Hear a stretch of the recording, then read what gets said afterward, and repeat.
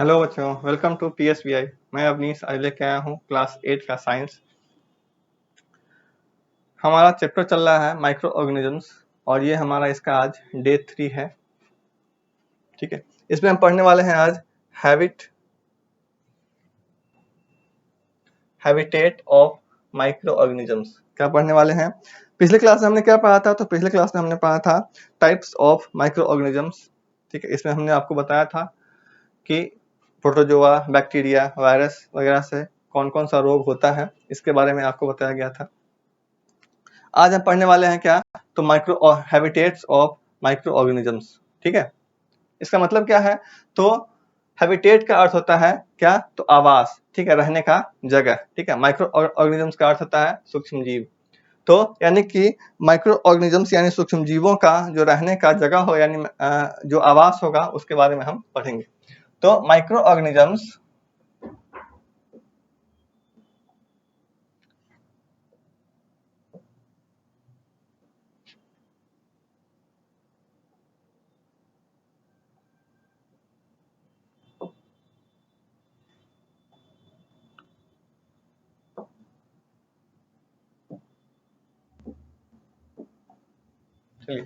microorganisms may be single celled like bacteria, some algae and protozoa, or multicellular such as algae and fungi।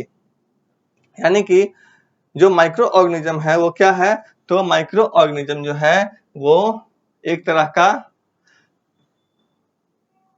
Multi cellular है। ठीक है, single celled में है। ठीक है, क्या है? एक कोशिकीय हो सकता है। माइक्रो ऑर्गेनिज्म जो है वो एक कोशिका वाला हो सकता है। ठीक है, क्या हो सकता है? तो सिंगल सेल्ड में हो सकता है। जैसे बैक्टीरिया हो गया हमारा, ठीक है, कुछ शैवाल हो गया, ठीक है, और प्रोटोजोआ हो गया, या फिर दूसरा क्या हो सकता है? तो जो वन सेल में होगा, सिंगल सेल्ड में, वो बैक्टीरिया हो सकता है, एल्गी हो सकता है और प्रोटोजोआ हो सकता है। वहीं कुछ ऐसे भी हैं जो क्या है? तो कुछ ऐसे भी हैं जो मल्टी सेलुलर हैं। ठीक है, कुछ ऐसे भी हैं जो क्या है? तो मल्टी सेलुलर हैं, जिसमें कौन सा है? तो जैसे एल्गी और फंगी है। ठीक है, तो कुछ ऐसे ऑर्गेनिजम्स हैं जो सिंगल सेल्ड में है। तो सिंगल सेल्ड में बैक्टीरिया हमारा हो गया, एल्गी हो गया और प्रोटोजोआ हो गया। वहीं कुछ ऐसे ऑर्गेनिजम्स हैं जो मल्टी सेलुलर है, यानी एक से ज्यादा सेल्स है उसके अंदर। उसको हम उसमें कौन कौन सा है? तो उसका एग्जांपल है एल्गी और फंगी। ठीक है, दे आर फाउंड एवरीवेयर। ये जो है कहाँ? तो ये सभी जगह, सभी प्रकार के आवास, सॉरी, ये जो है हर जगह पाए जाते हैं। ठीक है, कहाँ पाए जाते हैं? तो ये जो है हर जगह पाए जाते हैं। They can survive in all types of habitats including ice cold water, salty water and hot springs, deserts, marshy land, etc। ठीक है, ये जो है कहा? तो ये सभी प्रकार के आवासों में जीवित रह सकते हैं। ठीक है, सभी प्रकार के आवासों में जीवित रह सकते हैं। जैसे हम कह सकते हैं इसको, तो कहाँ पे? तो आइस कोल्ड वाटर में, सॉल्टी वाटर में, हॉट स्प्रिंग में, डिजर्ट्स में, मर्सी लैंड में। ठीक है, इतने जगह में से कहीं भी जीवित रह सकता है। They are also found inside the bodies of animals including humans। कह रहा है कि मनुष्य सहित जानवरों के शरीर में भी ये जो है, ये मनुष्यों सहित जानवरों के शरीर में भी पाए जाते हैं। कौन? यही जो माइक्रो ऑर्गेनिजम्स है, तो मनुष्यों सहित जानवरों के शरीर में भी पाए जाते हैं। Some of them grow on other organisms while other exist freely। यानी कि इनमें से कुछ जो है वो अन्य जीवों पर पनपते हैं। ठीक है, कुछ जो है वो अन्य जीवों पे पनपते हैं और कुछ जो है वो क्या होते हैं? तो कुछ जो है वो स्वतंत्र होते हैं। ठीक है, कुछ जो है वो अन्य जीवों पे फ्री होकर के पनपते हैं और कुछ जो है वो स्वतंत्र होते हैं। Some microorganisms like amoeba live alone, whereas fungi and bacteria live in colonies. यानी कि जबकि अमीबा जैसे कुछ सूक्ष्म जीव क्या होते हैं तो अकेले रहते हैं। कहाँ? तो अमीबा जैसे कुछ माइक्रो ऑर्गेनिजम्स है जो अकेले रहते हैं, जबकि कवक जो है वो जबकि फंगी और बैक्टीरिया जो है कहाँ आता है तो कॉलोनीज में रहता है। ठीक है, अमीबा कहाँ आता है तो अमीबा जो है वो अलोन यानी अकेले रहता है। ठीक है, वहीं जो हमारा फंगी और बैक्टीरिया है वो कहाँ आता है तो कॉलोनीज में आता है। ठीक है, अब देखिए आगे है माइक्रो ऑर्गेनिजम्स एंड यू, यानी कि माइक्रो ऑर्गेनिजम्स और हम। ठीक है, एंड अस है, अस माइक्रो ऑर्गेनिजम्स एंड अस। ठीक है, यानी कि माइक्रो ऑर्गेनिजम्स और हम, हमारे बारे में जानेंगे इसमें हम।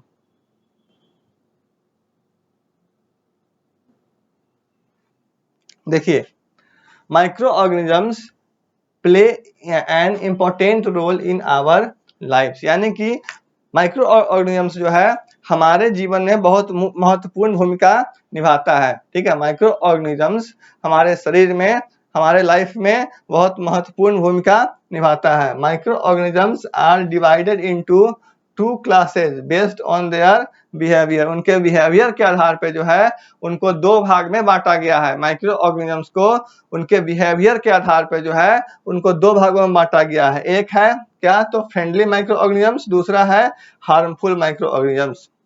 ठीक है, फिर सुन लीजिए क्या कहता है तो सूक्ष्म माइक्रो ऑर्गेनिजम्स जो है वो हमारे जीवन में बहुत महत्वपूर्ण भूमिका निभाता है। अब micro organisms are divided into 2 classes, microorganisms को 2 भागों में डिवाइड किया गया है उनके बिहेवियर के आधार पे। पहला क्या है तो फ्रेंडली माइक्रो ऑर्गेनिजम्स, दूसरा है क्या तो हार्मफुल माइक्रो ऑर्गेनिजम्स।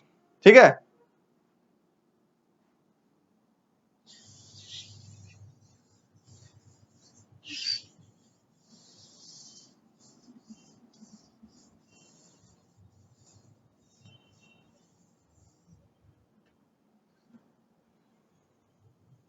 चलिए पढ़ते हैं फ्रेंडली माइक्रो ऑर्गेनिजम्स के बारे में। Friendly micro organisms,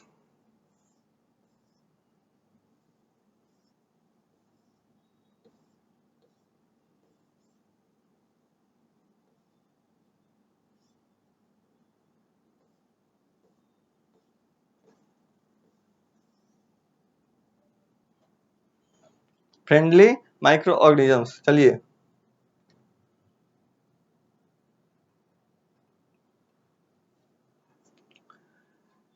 micro organisms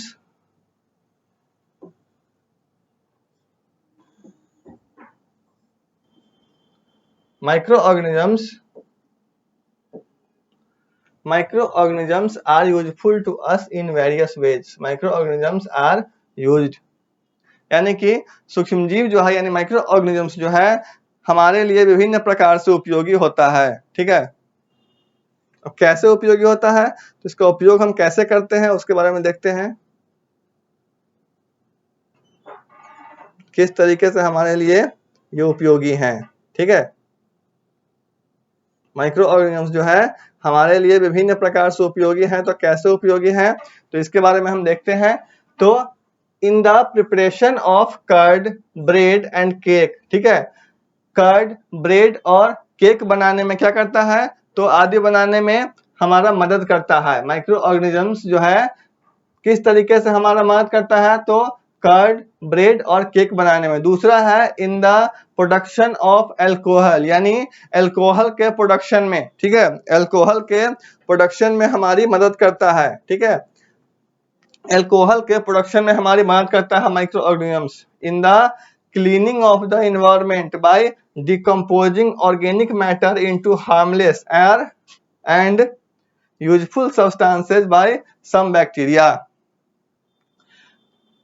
कुछ बैक्टीरिया ऐसे भी हैं, कुछ बैक्टीरिया द्वारा कार्बनिक पदार्थों को हानि रहित और उपयोगी जो है उपयोगी पदार्थों में विघटित करके पर्यावरण की सफाई किया जाता है। ठीक है, क्या किया जाता है? तो कुछ बैक्टीरिया ऐसे हैं, कुछ बैक्टीरिया द्वारा कार्बनिक पदार्थों को हानिरहित और उपयोगी पदार्थों में विघटित करके पर्यावरण की सफाई में काम आ जाता है। In the preparation of some medicine, कुछ मेडिसिन के बनाने में भी हम इसका उपयोग कर लेते हैं, ठीक है। और in agriculture for improving the soil fertility bye fixing nitrogen from the atmosphere, यानी कि किसान जो है, एग्रीकल्चर में वायुमंडल से नाइट्रोजन को स्थिर करके मिट्टी की उर्वरता में सुधार करता है, ठीक है। क्या करता है? तो एग्रीकल्चर में वायुमंडल से नाइट्रोजन को स्थिर करके मिट्टी की जो है मिट्टी का जो है उर्वरता यानी फर्टिलिटी उसको बढ़ाता है, ठीक है।